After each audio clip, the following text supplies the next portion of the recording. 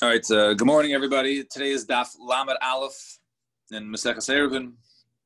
We left off at the bottom. We were talking about placing an Eruv for your Eruv Tchumen and where you place it.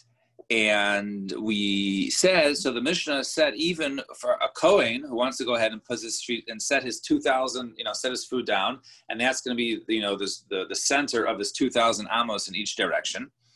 Even if he puts in a basic kvaros, so basic kvaros, a Kohen can't enter the basic kvaros, so he could, because it's machlokas as to perhaps he can go in some sort of a wagon or something which is moving. So it's machlokas. Some say because the wagon underneath it is basically is an ohel, and therefore it stops the tuma, and then anything under it is tameh, but anything above it is tahor. So this guy is on the wagon, the Kohen's on the wagon, he's tahor. Others say no, since it's moving, it cannot protect him from tuma, and therefore the tuma goes through the bottom of the wagon into the contents of the wagon where the Kohen is sitting. So bottom line, v'hodatanya, and that which we learn in Brayser, v'huda imer, marvin the Kohen tahor b'truma tahira b'kever. So a Kohen who's tahor, he can take truma, right, which is given to him, which is tahira. He wants to go ahead and set it in a kever. Heichi azul, how can he go ahead and do it? So b'shita teva migdal. Does he go, let's say, in some sort of wagon or closet or something? But he says, I understand, right? But once he goes ahead and when the truma is put down there, right? Isn't that going to go ahead and the food will become tummy, right? The food become tummy, and the truma is no longer truma tahira; it's now truma tameya, and he can't go ahead and eat it. Our answer is below hukshra. Oh, now we're talking about a case of perhaps we're now, remember, food is only susceptible to tuma if it's moistened by seven, or there's 7 different liquids that can basically make something potentially susceptible to tuma. So it wasn't touched by any of those liquids, or that when it was needed, right, it was needed not with water, it was needed with meiperos, with fruit juice, and fruit juice is not one of the 7 liquids, and therefore, the food is not tameh when it's placed there, even despite the fact that it's in basic faros. So, okay, so he places it there and it's not tameh. How could he go ahead and bring it, right? If the Kohen goes ahead and sticks his hand out to go ahead and take the food, right? So all of a sudden he's tameh, right? So the answer is okay, with wooden utensils, and I'm a kabel tuma. Right. So what do you mean? So once, let's say this is the right, this is the food here, right? And he goes ahead and he picks it up with some sort of spoon or something like that, right? The spoon becomes an ohel, and therefore any tuma is go ahead and spread it, even though the utensil's not, but it could create an ohel. So Gemara says. So he says, so the is the back of the end of the utensil, which is not a tefach wide, and therefore it would not be good tummy. So if that's the case, my time of the Rabbanan. What's the reason, according to the Rabbanan, who say that a Kohen cannot go ahead and leave the food in the basic faros? If he can go ahead and go there, and he can go ahead and gather the food with the truma tahira not coming tummy. So if that's the case, so why do the Rabbanan not allow it? So our answer is all right. So now they hold that you're not allowed to go ahead and basically acquire a house, right, or somewhere where it's asur hana. In other words, what's the asur hana over here?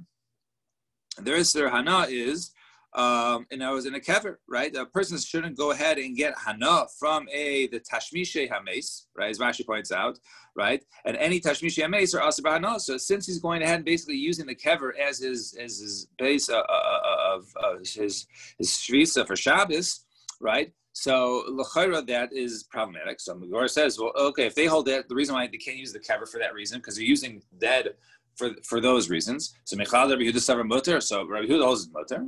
So our answer is no. Ksavar mitzvahs lav lehanos nizno. No. So he holds that no, the mitzvahs are not given for hana. He's not getting hana, right? You're doing it for the mitzvah. You're not getting hana, right? So since mitzvahs are not given for hana, and I'm using it for a mitzvah. I'm not using it for personal pleasure. I'm using it for a mitzvah, and mitzvahs are not personal pleasure. So elo hadim rara mitzvahs lav lehanos nizno. So lema katanai.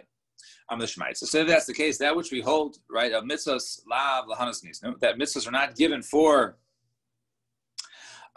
pleasure, right? That's the machlokas tonight, because according to one opinion, you're not allowed to use it because you're getting pleasure. That's the Rabbanan. According to Rabbi Huda, you could use it. So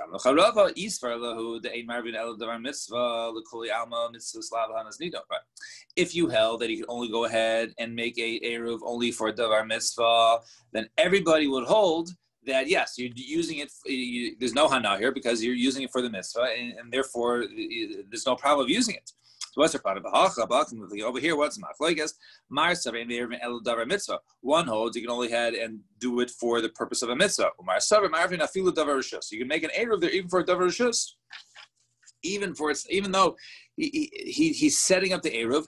Not for a mitzvah, something for a davar mitzvah. He's doing it for his own personal pleasure. He wants to be out there. It's nice air. It's pleasurable out there. So it's not a davar mitzvah, and therefore he's still allowed to do it. And therefore that's the hana there.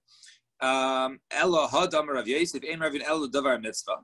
So that which Rav Yosef said that you can't make an eruv only for tchumim. It's only for a davar mitzvah. So lema katanoi, let's say that's machlokes tonight. Knows whether one can go ahead and set up the eruv if the purpose of the eruv to establish his eruv tchum is for a mitzvah, or if it's just he wants to do it. He wants to see a friend who lives within that tchum. So therefore he sets up his shvis Shabbos over there. So lema katanoi. So so let's say that's also machlokes tonight. What he said. It's Amar l'cha Rav Yosef the kuli alma ein Ravin ela davar mitzvah. Really, everyone holds ein Ravin davar mitzvah. The kuli alma now also everyone holds mitzvahs lav lehanas nisan. There are also mitzvahs you don't get pleasure from. Right? If it was machlok, is there ma'asav a kavan de kanile eruv? Since once he's using the eruv for the purpose of a mitzvah, la nichaleid terasa. Right? Therefore, he doesn't care if anything happens to the food or not. So in other words, he doesn't have to watch. He wants to set up his Shabbos, and therefore something happens to the food, he doesn't care. Therefore, he gets zero hana. Ma'asav the one who holds nichaleid lemitira. No, the food, he wants it to be washed. In other words, even though he's set up, right, for the purpose of his eruv, let's say, so he can go to the shir on Shabbos, and now the shir is within his tchum of Shabbos, right? But once he set it up for the reason of a mitzvah, he has food there. So he wants the food to be preserved, so he'll be able to go ahead and use the food. Therefore, he is also getting hana, and therefore the tzarich achilas. If he needs it, then he'll go ahead and eat it. And therefore, we see that even though it wasn't set up for the purpose of his hana, he can still get hana from the eruv. Fine. Now Mishnah. So Mishnah says we're going with the same continuation of we're talking about the food that one can use for an eruv.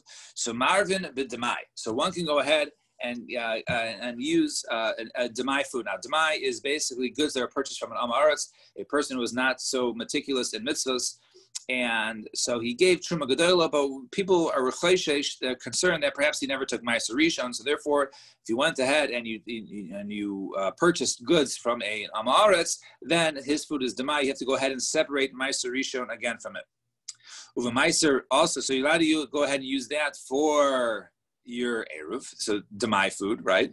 So food from haaretz. Uva ma'aser rishon shenatlu trumaso, and also ma'aser rishon that whose truma was taken from it. Now, normally when you give ma'aser rishon, right, the ma'aser rishon, let's say, goes to the Levi.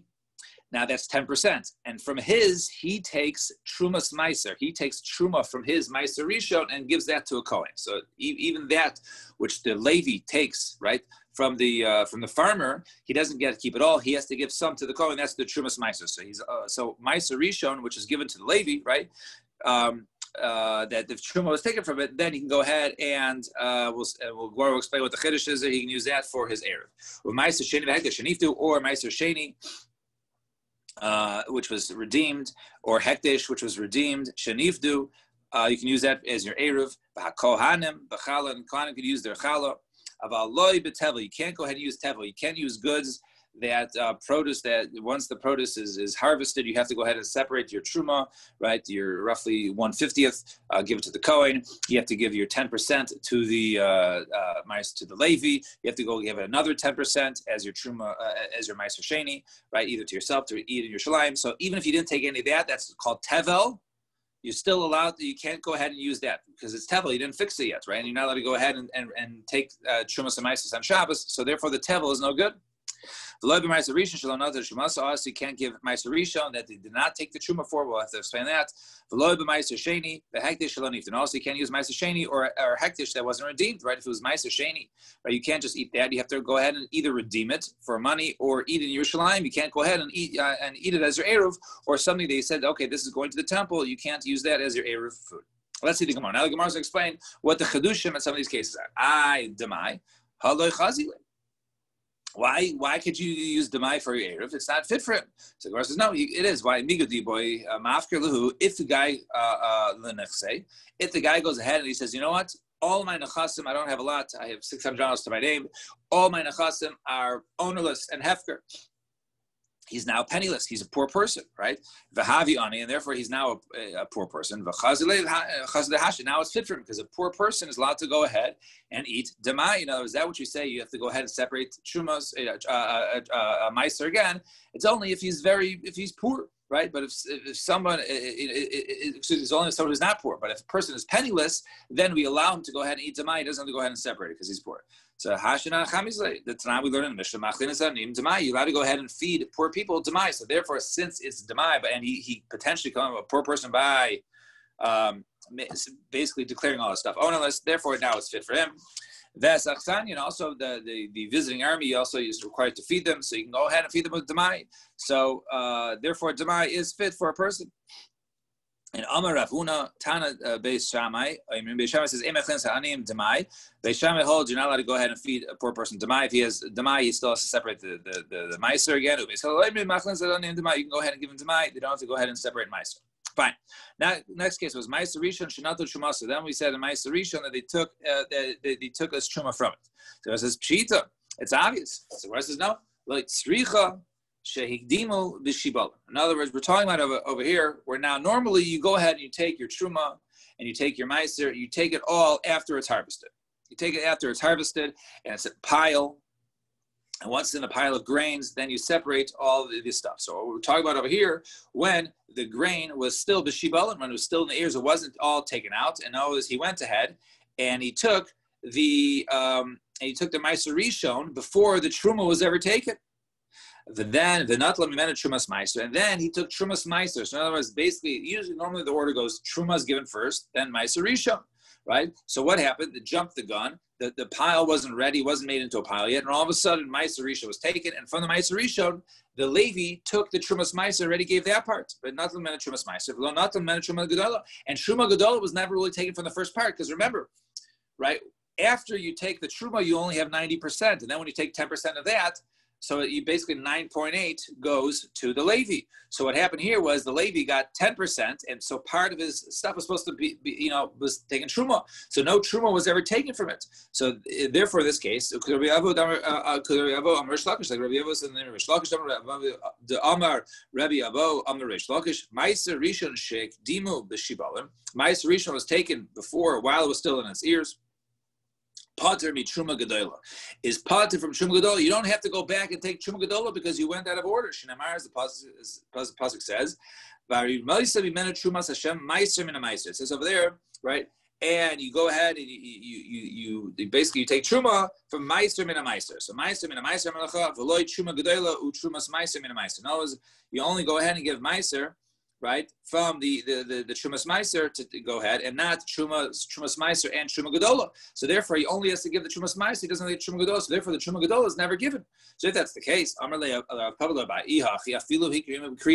why do you have to say in a case of where basically it wasn't in a pile yet, and the guy jumped the gun, and when you jump the gun, you don't have to go ahead and give Truma Gedola, right? You just have to give the Trumas Meiser, right? Maybe it was already in a pile, and then he took the Meiser Rishon before the Truma Gedola. Even then, you don't have to give the Truma Gedola.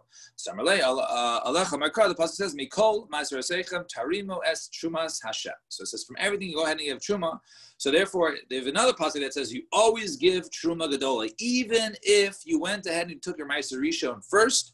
You still have to go ahead and take from there Meiser Rishon and Trumas Meiser. So Marois. So which one is it? Why we have one pasuk that seems to say you always take Truma Gedola, even if you took the Meiser Rishon first, go ahead and take some Truma Gedola from that Meiser Rishon. And another pasuk seems to say that no, if you took Meiser Rishon out of order, you don't have to go ahead and take Truma Gedola from it, right? That was the first pasuk.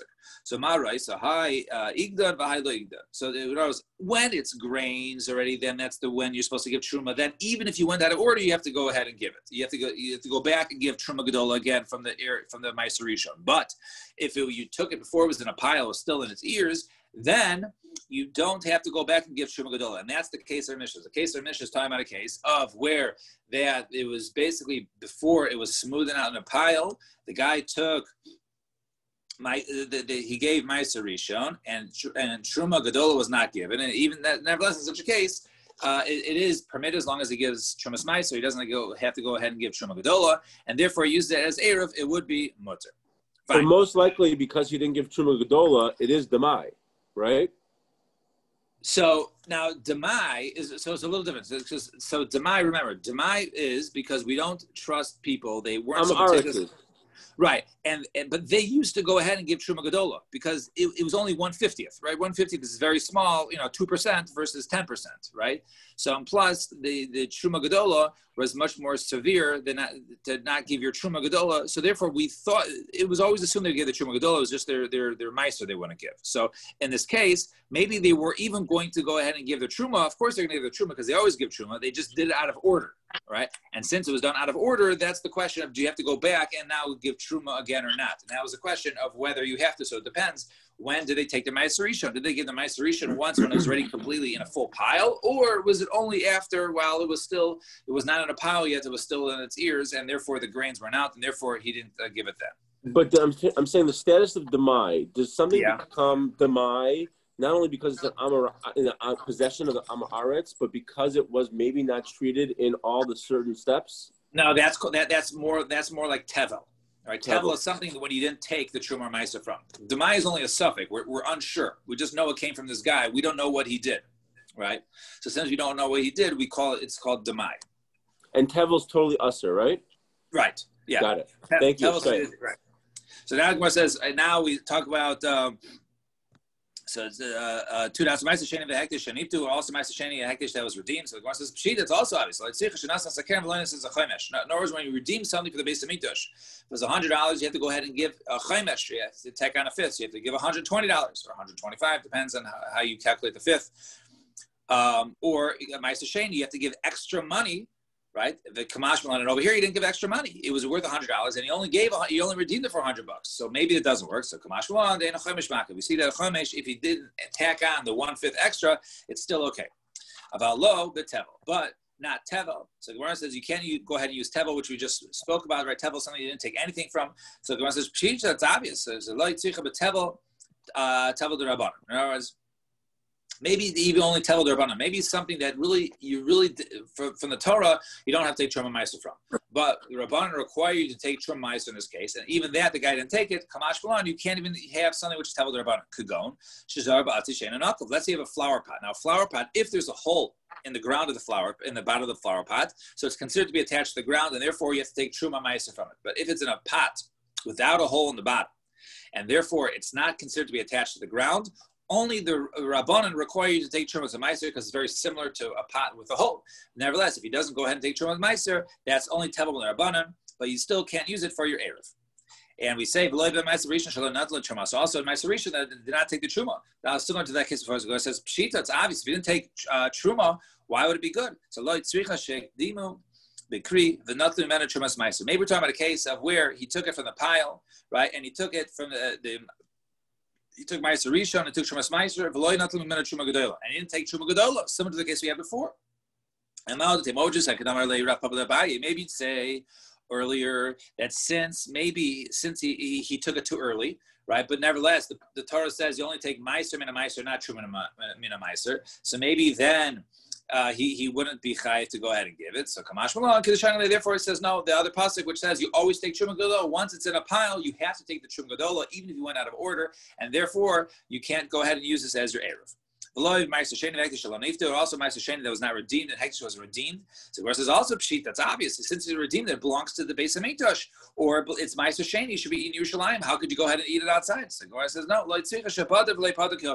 they were redeemed, they weren't redeemed properly. Such as Meiser Shapadu Algav Asimon maybe the meiser was redeemed. We said you could redeem it. You have to eat your food in Yerushalayim. So I said, okay, I have a lot of food here. It's a big schlep to go to Yerushalayim. So go ahead. It's $1,000 of produce. It's a whole wagon full. Instead, what can you do? You can go ahead and redeem it with $1,000 cash and take the $1,000 cash with you and go to Jerusalem and go ahead and buy food there. So it says over here, that what you redeem it with money, you have to use, over here he used an asimon. Asimon is basically a mintless money, a money that does not have a print on it. Only coins that have a mint on it, right? That have an image on it. Those are coins that you could use. But if it's basically the smoothen out coin, that's not called money, and therefore you can't go ahead and use that. And nevertheless, he did it, and since he did it, it's not considered to be redeemed, and therefore he can use it as Eruv. And similarly, hektish shechilu al gav karka. So let's say he donates something, right? He donates the food for the base of Midrash. Says, oh, it's a big schlep. So he goes, okay, I'll go ahead and redeem it. This land that I have will redeem the $1,000. $1,000 plot of land, right? It's a vacant lot in the south side of Chicago. It's $1,000. Then I'll give that to the base of Mikdash, right? So the Torah says, you can only use movable objects such as money, and you can't go ahead and use land to redeem hektish, and therefore that doesn't work. And therefore, if you go ahead and use that for your eruv, that would not work. Fine. Now Mishnah. Now Mishnah says, Hashaleach eruva biyad. Now Mishnah. Let's Hashaleach eruva biyad chereshet v'katan. Now you have to go ahead and place your eruv in the spot where you want your Shabbos to start, where your Shvisas Malcolm is going to be. So it says Hashlech, but let's say he sends his eruv with some of a chereshet of a katan, right? A deaf mute, a person who's deranged, went crazy, or a katan, or a minor. Oh, biyad misheina ma'itav eruv, or in the hands of someone who doesn't basically hold of chazal, essentially like a kusi. Eino eruv. It's not a good eruv because they can't go ahead and place the eruv down for you and establish your makom. However, if you tell somebody else who's standing there, go ahead and take it from him. Hey, I give it to that child, that 10-year-old child, right? I'm bringing him to you. You see him over there. Make sure, go take it from him and put it in the place. Hare ze eruv. That is considered to be a good eruv because someone is standing there basically overseeing it. Now let's see the Gemara. The katan lo, and the katan cannot. V'amar Rav Huna, katan and goyves eruv. A katan can go ahead and gather the eruv. So when it comes to tchumim, setting up your 2,000 amos, so therefore, then you need a gadol. That's like our Mishnah. However, when it comes to eruv chatzeros, when you have a bunch of basically houses connected to a yard, right, and they all want to be connected, then you could have a katan gather and put in a place because it's not important where the makom is. It's just important that they're all gathered together, and therefore that would be sufficient. Or in the hands of someone who does not agree with Eruvin. So man, and who is that? Rav Chizda says Rav Chizda Kusai, right? The Kusai, they didn't hold of the Rabbanans of Eruvin. And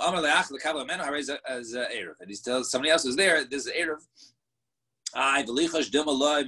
Perhaps he's not going to go ahead and arrive to him. So he says, okay, someone's coming to you. I'm going to send this child to you. My 10-year-old child is going to come to you. Baby, we won't get there. So the guy is standing there and he sees him. So in this case, when he stands by and he sees him, then it's considered to be that the child is okay as a shaliach. Perhaps he won't go ahead and take it from him. Right, and maybe the guy who he told to go ahead and take it from won't do the answer. So as a chazaka, that if someone's made a shaliach and he agrees to be a shaliach, then he will fulfill his shlichus. He will fulfill his that which he was supposed to be someone else's shaliach. And hachanami chazaka shaliach. So too, that was said in other cases. So too, we'll see which case that was. And hachanami chazak shlichus. Right. So it's over here. The chazak, the person will do his shlichus. Vehechi tamar Rav Chizda. So where did they say this? Rav Chizda say in the case of when he was standing by and watching, and where did Rav Yechiel say there's a chazaka that a person does a shlichus? On this case, yitamar on this. Let's say a guy goes ahead and he puts the eruv on an elephant, or he carries, right, and he takes it, or he gives it halicha l'kof, or he gives it to a monkey, halicha, right? He sends the monkey with the eruv, or with an elephant with an eruv. Obviously, they don't have the ability to go ahead and establish a malkom. Ein ze eruv. That's not an eruv. However, but you told someone else, hey, go ahead and take this eruv from my animal, I should bring it to you. That is considered an eruv. The Gemara says, perhaps the elephant or the monkey won't reach there. So Rav Chiza said, when he's standing over here next to him, perhaps he won't go ahead and be makabel the eruv from him. So Rav Chiza, there's a chazaka, the person does his shlichus, he does what he was sent out to do. And finally, Amar Rav Nachman, when it comes to deraisa, for deraisas, we don't assume the shliach is going to go ahead and do a shlichus. However, b'shal seifrim, when it comes to halachas derabanan, chazaka shliach is shlichus, and then chazaka the shliach does his shlichus. V'ashesh Amar echad zeh v'echad zeh. Chazaka shliach is shlichus. No, not only derabanan, but even deraisas. There's a chazaka that shliach will do his shlichus. He will do what he was sent out to do, and we will stop here. And everyone should have a wonderful day. Shkoyach. Shkoyach.